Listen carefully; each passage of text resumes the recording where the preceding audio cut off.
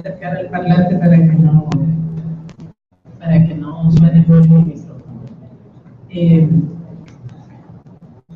En primer lugar, quiero agradecer a la UAM por la hospitalidad con la que ha acogido este ciclo de conferencias. Como decía María Jesús, son 3 conferencias sobre un proceso de reflexión que nosotros queremos promover desde el IER. Y es este proceso que hemos llamado Repensando la Paz y la Democracia en Nicaragua 25 años después de la guerra. ¿Y por qué el nombre de este ciclo de conferencias, de este proceso de reflexión? Porque hace 25 años un acontecimiento inesperado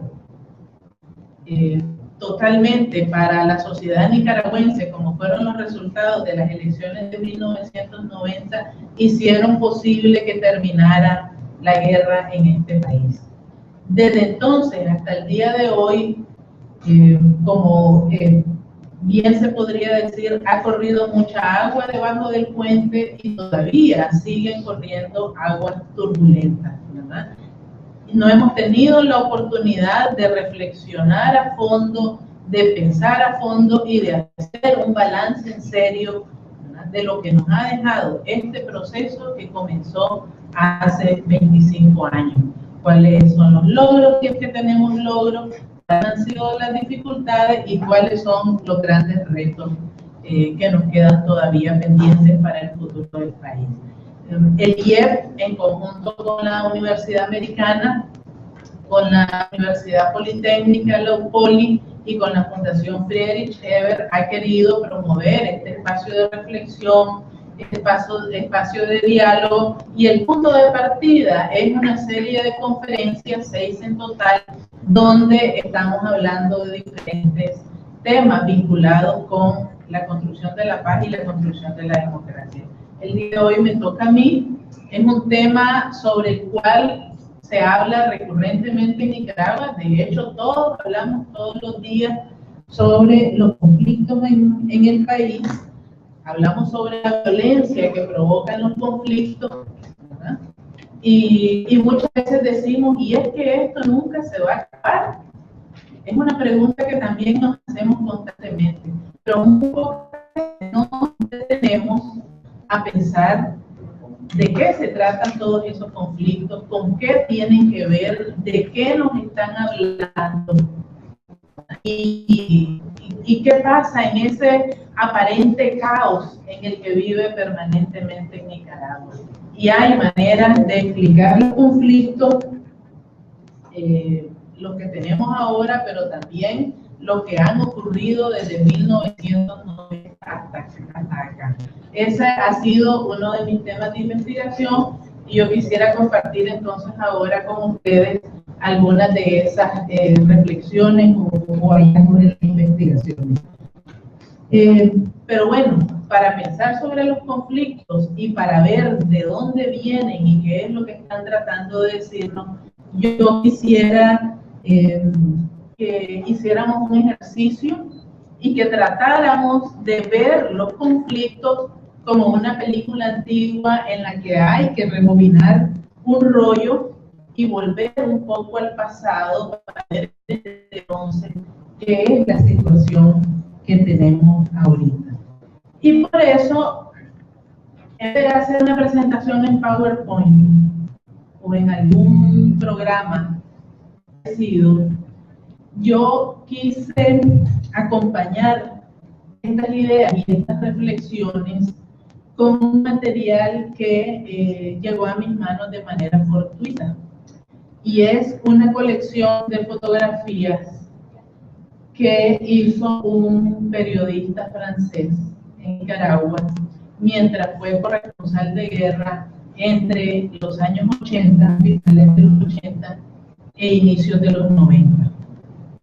Estas son las fotos de la Nicaragua que él vio, ¿verdad?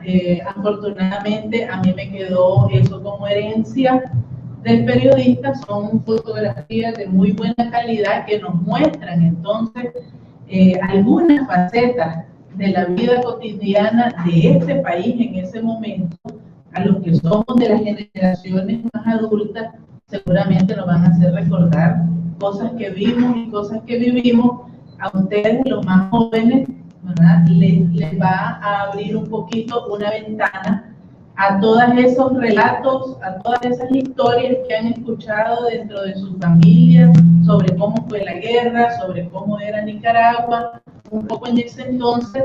Y con este fondo, entonces, yo quisiera hacer un poquito mi presentación. Las fotografías no necesariamente siguen el hilo de lo que yo estoy haciendo, porque obviamente hacer la selección requiere trabajo y va mucho más allá del ojo y de la lente del autor de la fotografía, pero me parece que es un material que vale la pena compartir. Bueno, y entonces hablemos de los conflictos, ¿verdad? Como decía antes, cuando uno lee las noticias, cuando uno escucha los comentarios y las conversaciones de la gente, dice: Nicaragua está permanentemente en conflicto, Nicaragua no ha terminado de salir de un conflicto cuando ya entró a otro, ¿verdad? Y la violencia se sucede consecutiva y recurrentemente en este país de un día a otro, y tiene diferentes expresiones. Y eso tiene algo de verdad.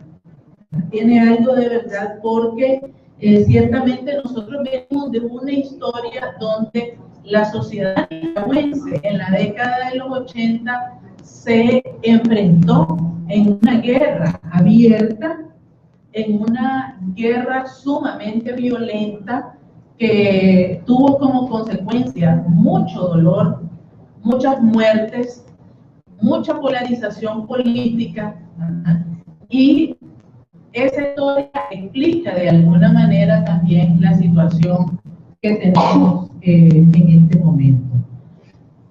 En esa época, Nicaragua y Centroamérica éramos parte del teatro de una confrontación global entre potencias, la llamada Guerra Fría. De hecho, en este territorio, en Centroamérica y en Nicaragua, fue uno de los últimos territorios donde se produjo el enfrentamiento violento más crudo, digamos, de esa última batalla de la Guerra Fría, ¿verdad?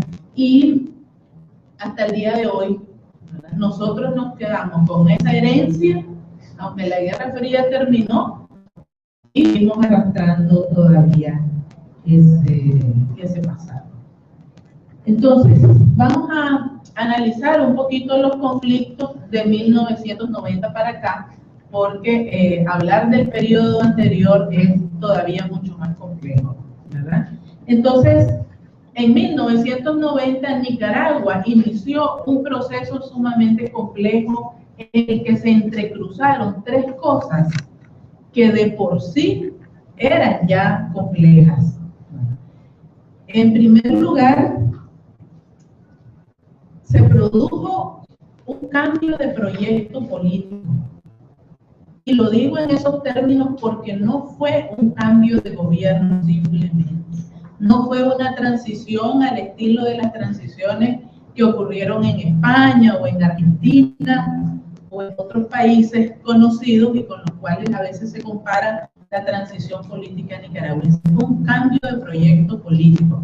Fue el cambio entre el proyecto de la revolución, el proyecto que transformó aspectos sensibles de la sociedad nicaragüense, por el establecimiento de un nuevo proyecto político que era o estaba representado por un gobierno democrático liberal. En este caso, la figura más destacada era doña Violeta Barrios de Chamorro, que fue la presidenta elegida en ese entonces. ¿Qué significaba esto? Esto significaba que, además del cambio de gobierno, había que cambiar el Estado.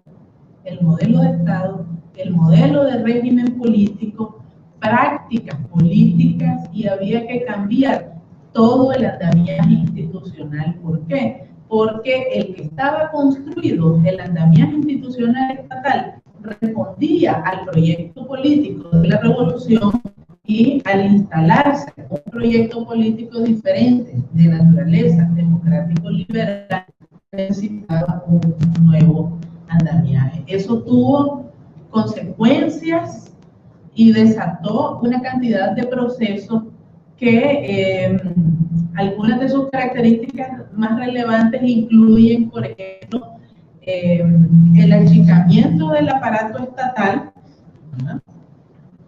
Y pasamos de un aparato de gobierno que tenía cerca de 90.000 personas y del cual salieron más de 30.000 personas de ahí. Hablamos de un ejército que tenía igualmente cerca de 90.000 personas y se redujo a menos de 20.000, y estamos hablando, ¿verdad?, de una serie de procesos y de cambios institucionales que significaron la reingeniería de las instituciones, que significaron la redefinición de las concepciones y de las funciones del Estado, a tal como estaba concebido en los 80 y cómo se estaba rediseñando o reorganizando después. Esto es, digamos, algunas de las características de ese proceso de cambio de proyecto político en el país. El segundo, digamos, momento o complejo fue el de la pacificación. ¿Por qué? Porque los resultados electorales de 1990 le quitaron legitimidad a la guerra, a la vía armada como método de solución de conflictos, y trasladaron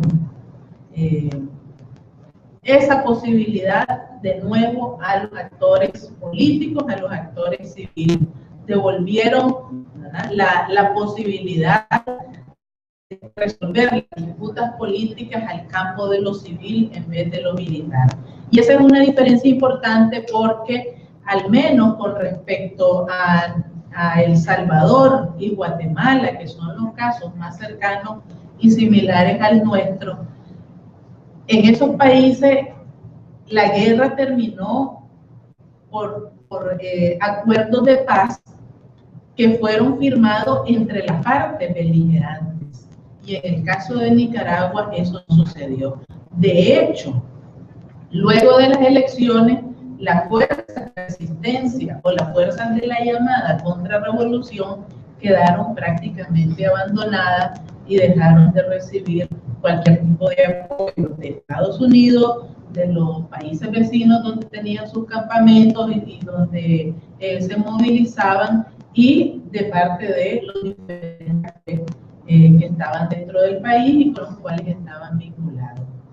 Entonces eso hizo una diferencia significativa porque obligó al menos a 22.000 hombres en armas a desmovilizarse en junio de 1990, ¿verdad?, en diferentes grupos, y regresar a sus lugares de origen, a su familia. ¿Qué ha sucedido? Que en Nicaragua solo contamos a esos 22.000 hombres, pero junto con ellos regresaron también una gran cantidad de familias que habían sido desplazadas por la guerra, que estaban en Honduras, que estaban en Costa Rica, que estaban fuera del país. Regresaron a sus lugares, y regresaron también un montón de familias que dentro de la misma Nicaragua se habían desplazado y que por razones de desconfianza, de inseguridad, habían salido de sus comunidades. Toda esa gente no fue contada. No sabemos cuántos refugiados, cuántos desplazados se volvieron a sus lugares de origen después de la desmovilización de combatientes. No hubo programas de reinserción de combatientes, hubo desmovilización, es cierto, hubo desarme, es cierto, pero no hubo reinserción sostenible en el tiempo. Hacemos la suma entre la cantidad de desmovilizados del ejército y la cantidad de desmovilizados de la resistencia o la contrarrevolución, tenemos una cifra de aproximadamente 130.000 personas, sin contar a los muchachos del servicio militar que se desmovilizaron automáticamente luego de las elecciones, ¿verdad? No estamos hablando de poquita gente, estamos hablando de una grandísima cantidad de gente que en las peores condiciones que uno se pueda imaginar después de la guerra, tuvo que regresar a sus casas y tuvo que buscar alternativas de vida y alternativas de subsistencia. El tercer gran proceso complejo que se juntó en ese momento es que, junto con el cambio del proyecto político, hubo también un cambio en el modelo de la economía.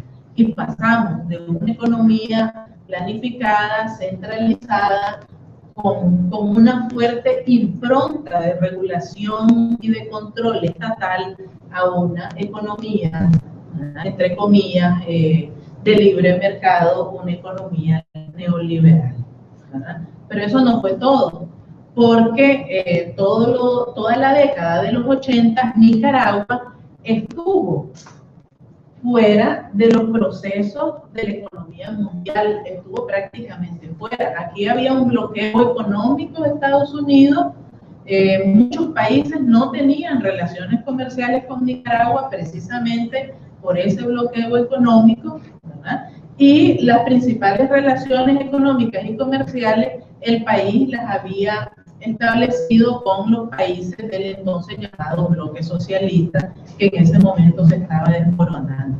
Entonces Nicaragua tuvo que hacer una carrera forzada para entrar de nuevo en esa economía global, en esa economía mundial, ¿verdad? En los términos en los que estaba en ese momento, es decir, con las características de una economía neoliberal que impuso su dinámica en el país.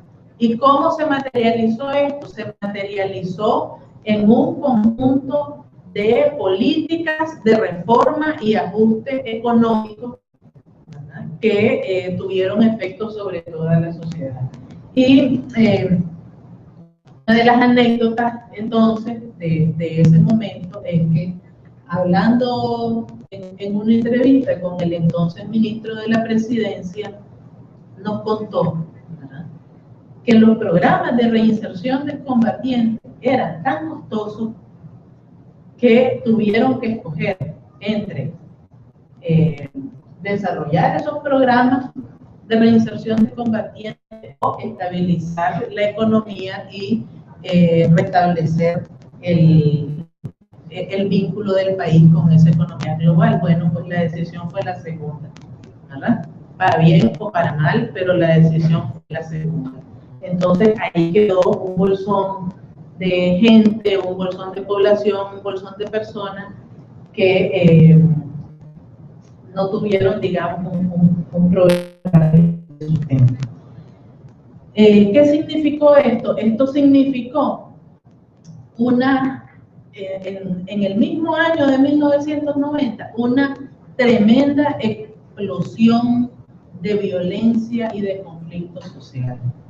Quienes estaban en Nicaragua probablemente se recordarán que había, y al menos hasta el año 95, había tomas de instituciones, manifestaciones públicas.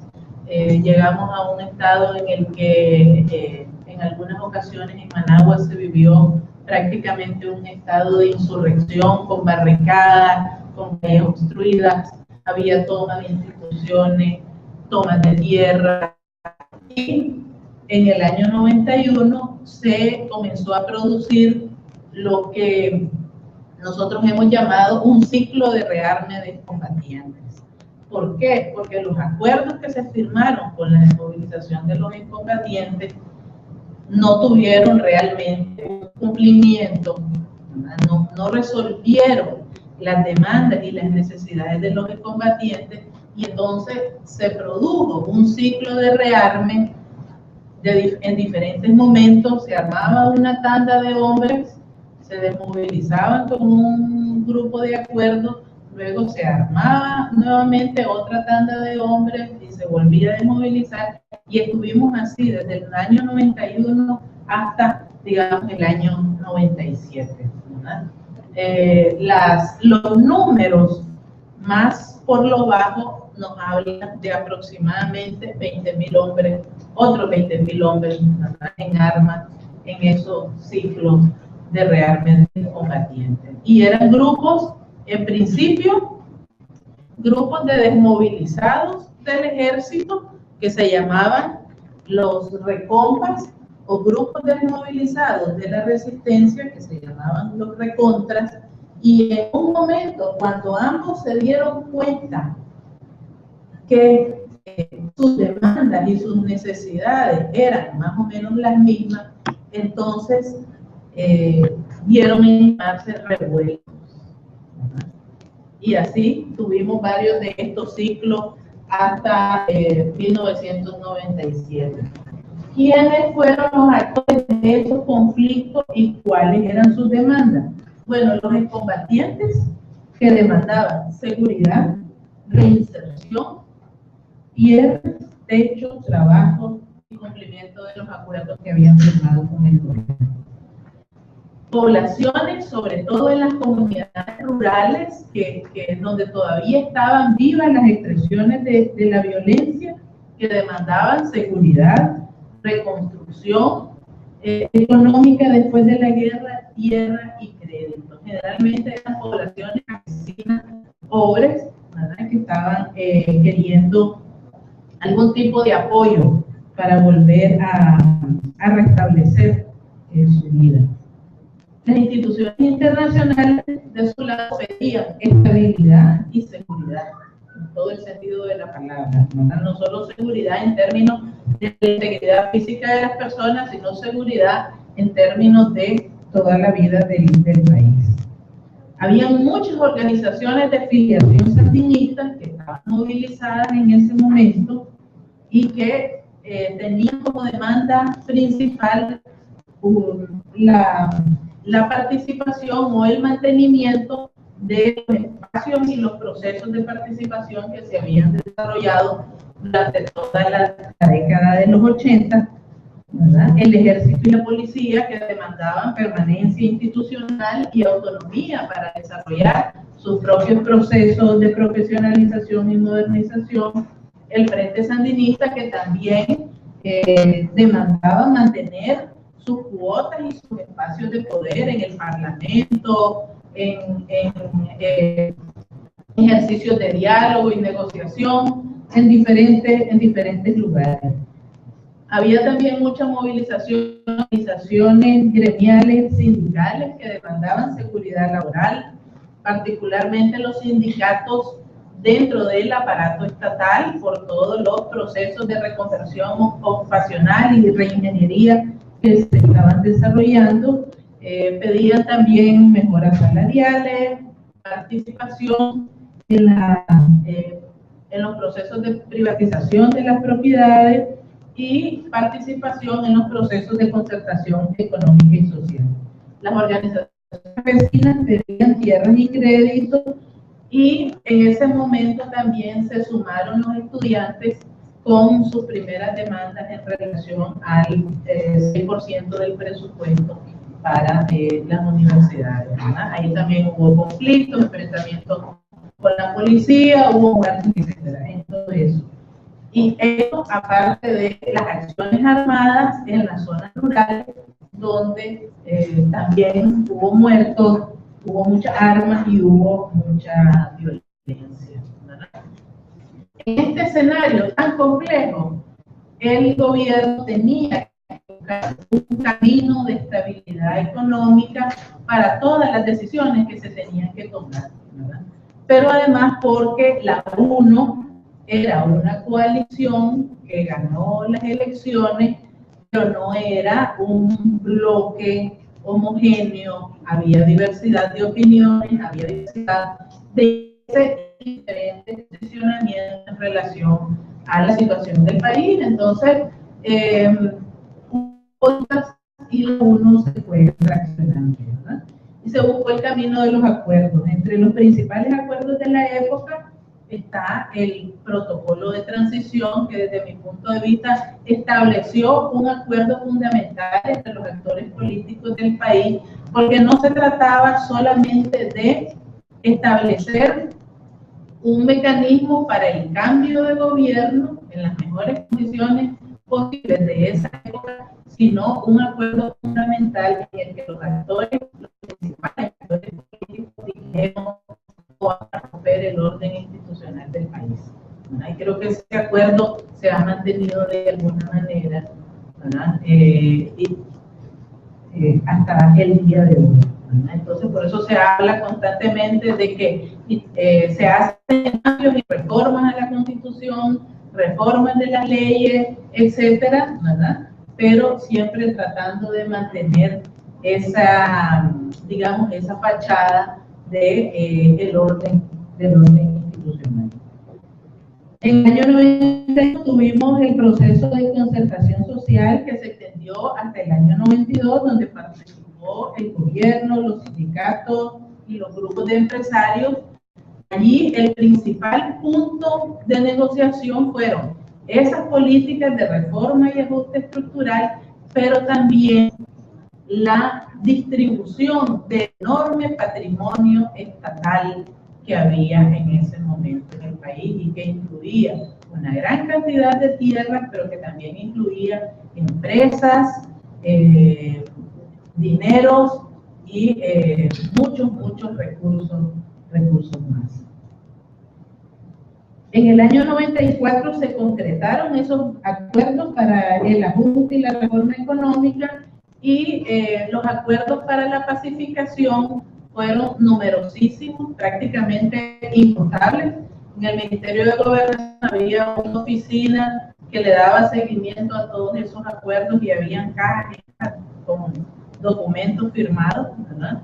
Con acuerdos, algunos de los cuales decían, recuerdo un par de ellos que leí, que decían, el ministro de la cartera tal se compromete con los líderes del grupo de movilizados a hacer una gestión con el ministro tal para ver si pueden instalar un puesto de salud en la comunidad, no sé cuál, ¿verdad? Entonces, cuando había el seguimiento de los acuerdos, el ministro decía, sí, yo hice la gestión, pero no resultó, ¿verdad? Entonces, había un acuerdo firmado, había una gestión de por medio y en realidad no había ningún efecto posterior. Y el momento culminante de ese periodo fueron las reformas políticas, las reformas a la Constitución del año 95, ¿verdad? Donde se configuró mejor ya el panorama de las fuerzas políticas en el país, después del fraccionamiento de la Unión. De tal manera que en el año 97, que asumió la presidencia un nuevo gobierno, en este caso con Arnoldo en la cabeza, pues entonces había un escenario bastante más claro en términos políticos, ¿verdad? Pero todavía había focos de conflictividad y de violencia de por medio. Eso no se terminó, pero sí se redujo sensiblemente. En el primer periodo, entre el 90 y el 95, el año culminante, el año donde más conflictos y acciones de violencia hubo, fue el año 93. ¿Por qué razón? Todavía no hay una explicación clara.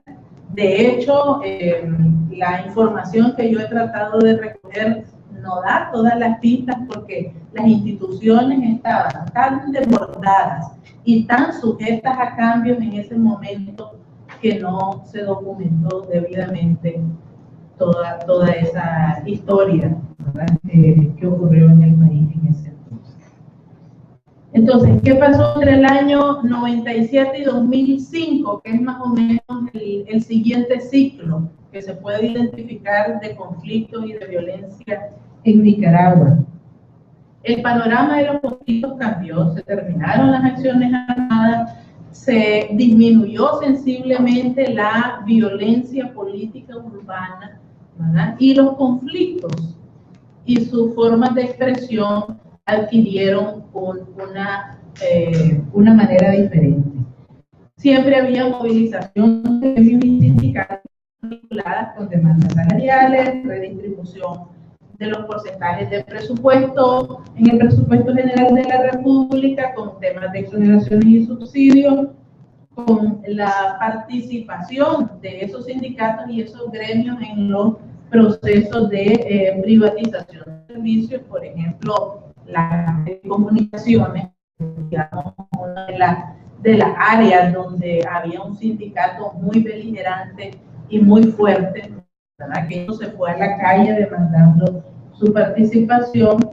Habían demandas de campesinos y productores que pedían tierras, pedían fuertemente la solución de los conflictos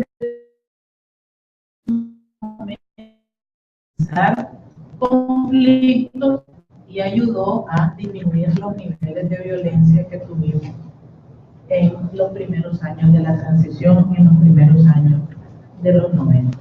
¿Verdad?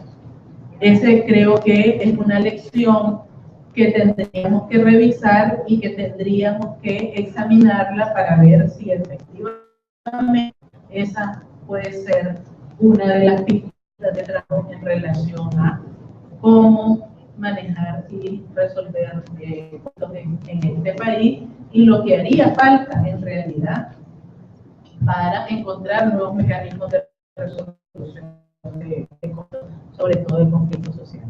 ¿Qué ha sucedido del 2007 para acá? Bueno, lo que ha sucedido es que la tensión que se ha producido entre el gobierno y la sociedad civil, una tensión sumamente fuerte, ¿verdad?, ha hecho emerger nuevamente los conflictos y la violencia. En este caso, conflictos y violencia política.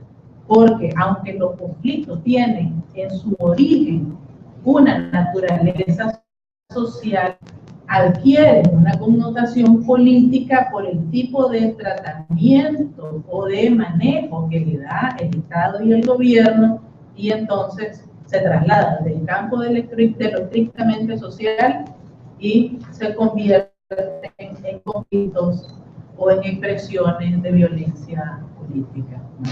Y ahí tenemos bastante recientes, como los de las compañías mineras, ¿verdad?, de comunidades demandando soluciones que son más de carácter social, pero que han recibido un tratamiento de parte del Estado que les ha asignado una connotación política cuando en su origen no la tenían inicialmente. Eso no tiene que ver con vinculaciones con grupos o con organizaciones o partidos políticos, tiene que ver fundamentalmente con la forma en que el Estado ha decidido manejarla. Y más recientemente, ¿verdad?, toda la movilización y la conflictividad que se ha generado alrededor del proyecto del canal, que ha recibido un tratamiento más o menos similar. ¿Cuáles son los retos y las perspectivas? Yo creo que Nicaragua tiene varias lecciones aprendidas en este sentido, ¿verdad? Y lo voy a relacionar con una pregunta que es recurrente cuando hablamos del tema de la seguridad en Nicaragua y las diferencias que Nicaragua tiene con respecto a otros países de la región, ¿no? Porque Nicaragua es todavía una sociedad por conflicto. Y Nicaragua es uno de los países más pobres de Centroamérica y América Latina. Entonces, sí, ¿cómo se explica? Dicen, ¿verdad?, que la situación de Nicaragua sea diferente. Bueno, ahí hay unas lecciones aprendidas que es importante que las reconozcamos. Uno es que en Nicaragua, efectivamente, la guerra terminó cuando la sociedad nicaragüense expresó mayoritariamente su voluntad de terminar la guerra utilizando un mecanismo pacífico y democrático que fue el ejercicio del voto. Entonces es importante, importantísimo ayer, antier, hoy, mañana y pasado mañana, mantener la legitimidad, la transparencia y la integridad de ese ejercicio democrático, ¿verdad? De ese ejercicio de voluntad ciudadana, de ese ejercicio de ciudadanía, ¿verdad? En la sociedad nicaragüense. Segundo, es que sobre todo en las zonas rurales y en los momentos más difíciles de la transición, los actores y las organizaciones sociales buscaron con mucha creatividad mecanismos alternativos de resolución de conflictos. El diálogo, la mediación, la negociación han sido instrumentos que han acompañado a estos actores y a estas organizaciones a lo largo de estos 25 años. Y eso es algo que también vale la pena. Lo que nos dice es que en esta sociedad hay en principio una vocación de diálogo y de paz. Y estoy hablando de la sociedad en general. Y hay que hacer diferencias porque ciertamente no todos tienen esa misma actitud, pero una mayoría de la población sí la tiene. Y eso es importante.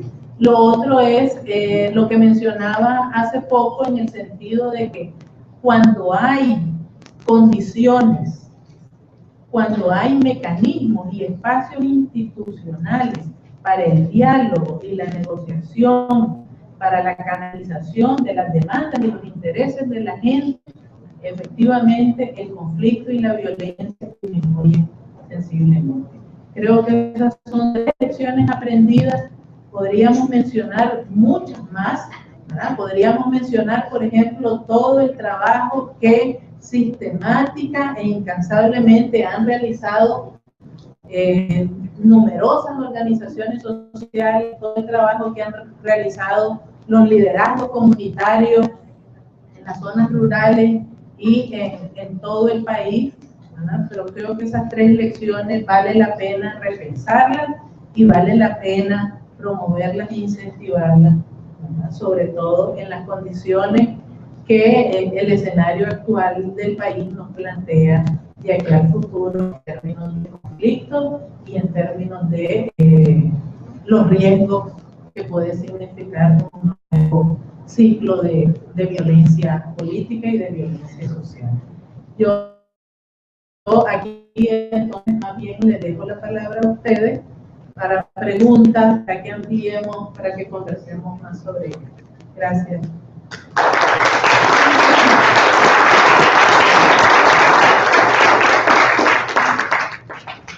Bueno, vamos a aprovechar, como les decía, a recoger 3 preguntas o inquietudes que tengan, ya que tenemos que utilizar el micrófono, les agradezco que levanten la mano.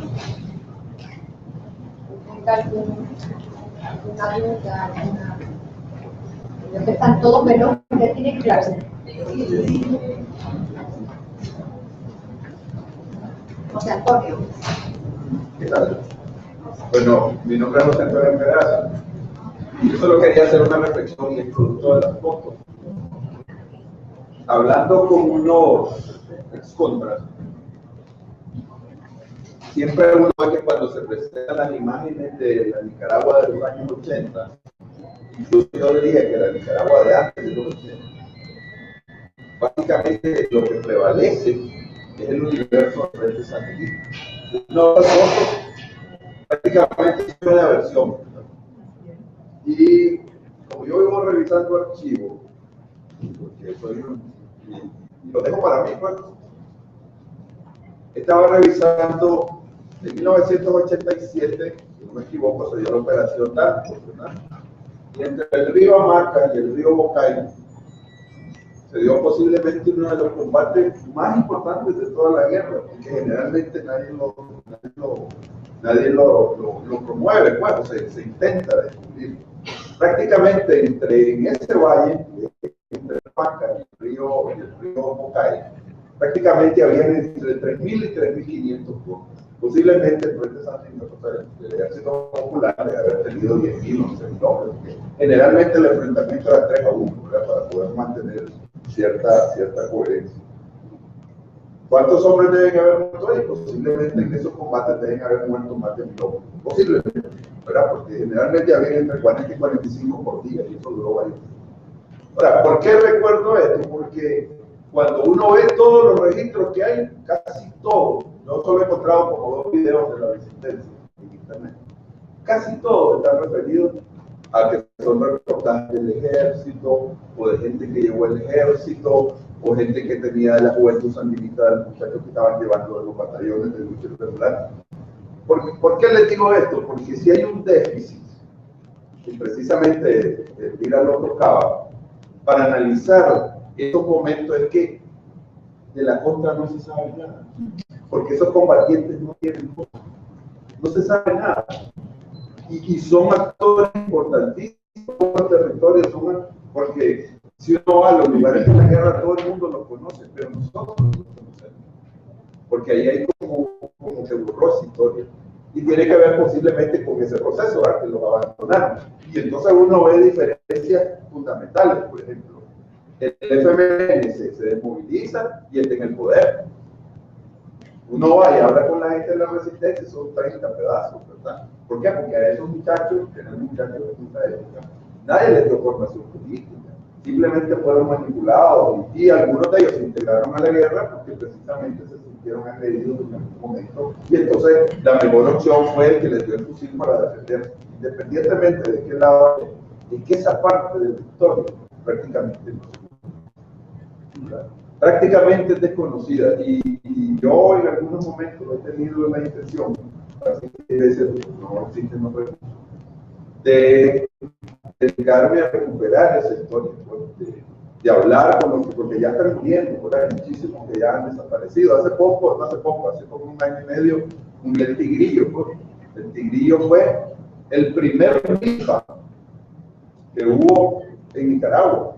Yo recuerdo que cuando yo había tenido 15 años, yo soy de arriba, y aparecieron unas pintas en la entrada de arriba que decían: los MILPA estamos en lucha. Pero que fue todo revuelto. Y después me di cuenta que el Tigrillo había sido el primer MILPA que atacó un convoy de ejército prácticamente solo, y de eso hay miles de historias.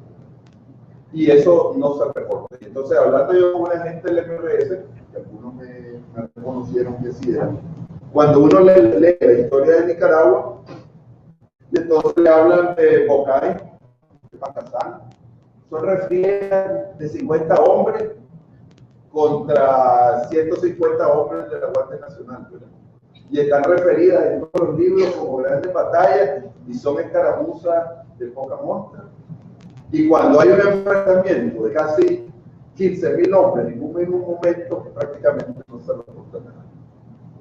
Son cosas que yo he ido recopilando y que tengo alguna información, he bajado videos y cosas de esas, y que realmente me intrigan, porque hay una historia. Lógicamente los vencedores siempre escriben historia, pero yo creo que para entender la Nicaragua de hoy, realmente hay que investigar no solo los elementos de violencia, ¿verdad?, sino muchas de las cosas. ¿Alguna pregunta? ¿Está todo clarísimo? Bueno, mientras alguien más se anima, yo quisiera comentar lo que decía José Antonio. Es cierto, bueno, yo comencé a trabajar o a investigar los temas de la pacificación en Nicaragua bien temprano en el año 93. Y en ese momento hice trabajo de campo, fui a algunas de las zonas que estaban todavía en conflicto en ese momento, hice entrevistas con desmovilizados del ejército, desmovilizados de la contra. Desafortunadamente, ¿verdad?, mucho de ese material se perdió entre una computadora y otra, ¿verdad?, y esas pérdidas que a veces no ocurren, pero era material muy, muy valioso que yo lo recogí en el terreno. Pero hay algunas anécdotas que son interesantes. Me acuerdo que una vez en Guaslala estaba hablando con un jefe de un comando de la contra, no me recuerdo el nombre, pero entonces me decía: ¿Por qué decía sí?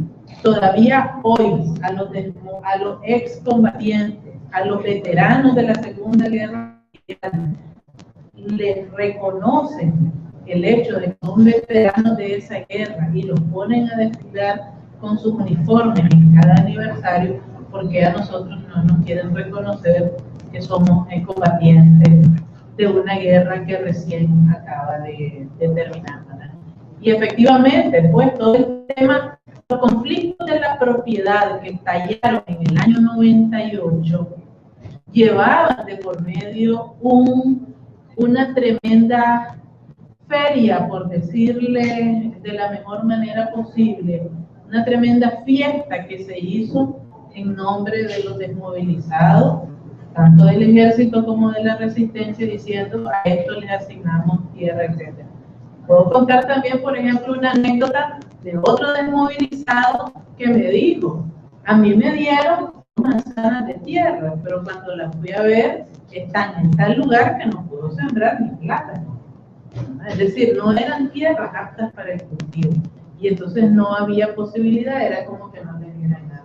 Hasta el día de hoy todavía hay tierras que fueron entregadas, desmovilizados, y no les quedó más remedio que venderlas y revenderlas y revenderlas porque no tenían otro tipo de respaldo. Ese es un gran pendiente en la historia de este país. Yo hice el intento, ¿verdad? Pero no habían condiciones.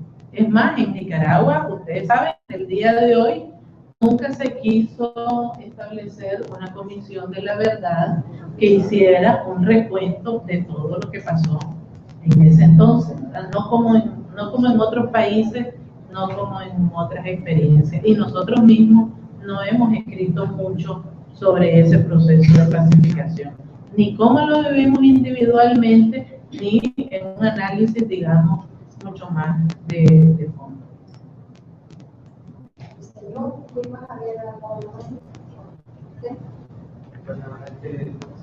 Sí, lo que pasa es que estaba escuchando sobre lo que comentaba el señor, sobre la contra, ¿verdad? No, yo no viví la guerra, la contra y los feministas, pero sí escuché que por medio de personas del ejército, de que la contra fue seguida después de la guerra y fue eliminada. O sea que la guerra no terminó para el sandinismo. Siempre siguió, porque prácticamente casi todos lo han matado. No hay ningún contra que quiera dar la cara por su ideología. Porque el temor es que si ya está en internet, ya aparece como una voz. La pregunta, perdón. Es saber sobre eso, cómo se puede hacer contra ese conflicto, ¿eh? Porque para mí esas personas siguen perseguidas.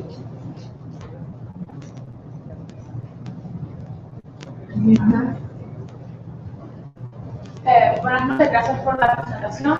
Soy estudiante de la carrera de Diplomacia y Relaciones Internacionales de la universidad. Estoy en tercer año. Mi pregunta es bastante concisa, no sé si está un poco por el tema, para mí no lo está, pero es acerca de los acuerdos regionales que hubieron en la década de los 80 y los 90, estoy hablando de los acuerdos de Tules, y cuál fue la influencia de estos acuerdos en la reconstrucción, en el reforzamiento de las instituciones a nivel nacional acá en Nicaragua, como usted estaba diciendo, de la reforma que se hizo al Estado en la transición de la guerra a la supuesta democracia. ¿O hay alguna otra? Bueno, en relación con la primera pregunta y comentario, pues es parte de lo que estábamos comentando, ¿verdad? De la complejidad de ese proceso y de toda la memoria que está ahí todavía y que necesitamos recuperar, necesitamos conversar, dialogar sobre ella y necesitamos documentarla también, ¿verdad? Porque efectivamente andamos cargando con esa gran losa y no la terminamos de resolver, ¿verdad? Y ahí está presente y nos aparece siempre en el temor. Y quiero comentar, por ejemplo, la conferencia de la semana pasada que se realizó en los poli, impartió la doctora Marta Cabrera y era sobre los traumas y los duelos individuales y colectivos de la guerra. Y una de las personas que participó, ¿verdad?, que estuvo en el servicio militar, pues contó, ¿verdad?, cómo había vivido él esa experiencia, lo que había pasado. Pero lo más importante fue, por ejemplo, cuando dijo que, escuchando lo que Marta Cabrera decía, se daba cuenta de que en un momento que él tenía desde entonces lágrimas congeladas que no había podido llorar, ¿verdad? Y eso fue que en este país habemos miles de personas, ¿no?, que estamos más o menos en las mismas condiciones, ¿verdad? Hay que comenzar un poquito por ahí y por documentar esta historia, ¿verdad? Por hacer esto que decía José Antonio, de ir a buscar la evidencia, los materiales, las fotografías, sacarlas de donde están guardadas. Por eso dije yo, mi intención al mostrar estas fotos era eso, ¿verdad? Porque es un material que estaba ahí guardado, es material inédito que nos dice cómo eran las cosas en esa época desde el punto de vista del fotógrafo que lo hizo. Segunda pregunta, Esquipula, sí, Esquipula fue fundamental para el fin de la guerra y para todo lo que ha sucedido en Nicaragua y en Centroamérica desde el año 87 hasta el día de hoy. Vale la pena mencionarlo y resaltarlo porque en el 2017 se van a cumplir 30 años de la firma de Esquipula. Y sí, fue un acuerdo fundamental, más en el sentido político, porque para Nicaragua la consecuencia más relevante de la firma de Esquipula, o una de las consecuencias más relevantes, fue el adelanto de las elecciones en 1990 y la posibilidad de que efectivamente termináramos la guerra en las condiciones que expliqué hace un rato, ¿verdad? Por intermedio de un ejercicio democrático que expresaba la voluntad mayoritaria de la población nicaragüense y que no se resolviera por un enfrentamiento o por una negociación entre instituciones o grupos militares. Entonces, Esquipula sí fue un acuerdo fundamental para Nicaragua y para toda la región.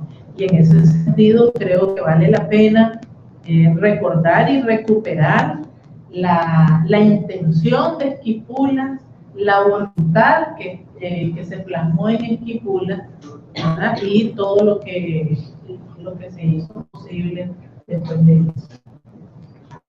Solo un comentario de lo que acabas de decir. Nunca he entendido yo por qué en Nicaragua, bueno, ahora lo entiendo, hoy en este gobierno, pero antes nunca lo he entendido. Porque, pues, tengo alguna respuesta, pero no estoy seguro. ¿Por qué nunca se ha querido hacer una revisión de lo que ha pasado? Por ejemplo, ¿cómo es posible que hoy no sepamos cuánta gente murió del servicio militar? Es un secreto de Estado. ¿Cómo es posible que le digan a la gente de esos niños? Usted sabe. Pues no hubo voluntad política. Y lo puedo decir yo, que me tocó que entrevistar a diferentes personas que ejercían cargos públicos en diferentes momentos en el país, y fue una pregunta que yo hice. Yo misma pregunté, por ejemplo, de la cooperación, que en ese momento era muy importante, y yo les pregunté, ¿por qué ustedes no apoyan los estudios sobre los procesos de pacificación en Nicaragua, sobre lo que está ocurriendo en Nicaragua? Y dijeron, no, porque lo que nos interesa es el desarrollo del país, la política económica, etcétera, etcétera. Y puedo decir en qué momento lo pregunté, ¿verdad? Porque obviamente yo comencé a tocar el tema y yo dije, bueno, pero aquí hay que investigar, hay que sacar más información, hay que El único estudio que yo conozco que se hizo sobre el proceso de clasificación fue un estudio que se hizo en una institución que había en ese momento, que creo que estaba un poco subordinada a, que se llamaba el Ministerio de Acción Social. Ese mismo, ¿verdad? Un libraco así, de este tamaño, que no recogía pero ni la mitad de todo lo que debía de haber, de todo lo que debía haberse escrito, ¿verdad? Y que decía un poco lo que se había hecho en términos de la cooperación y de los programas de reinserción de combatientes. Pero más allá de eso, yo muy poco conozco. Y déjenme decirles que a mí me llama mucho la atención que hoy académicos europeos y norteamericanos escriben sobre la experiencia de Nicaragua y sobre la experiencia de Centroamérica con unas imprecisiones tales que hasta enojan. Yo leo y yo digo, no puede ser, esto no es cierto, esto no fue así. Como que son grandes acercamientos, eso es lo peor. ¿Verdad? Que todos no tienen ni la menor idea de lo que pasó aquí. Bueno, pero entonces tenemos que comenzar nosotros a escribir sobre eso, ciertamente. Yo creo que un merecido aplauso. Gracias.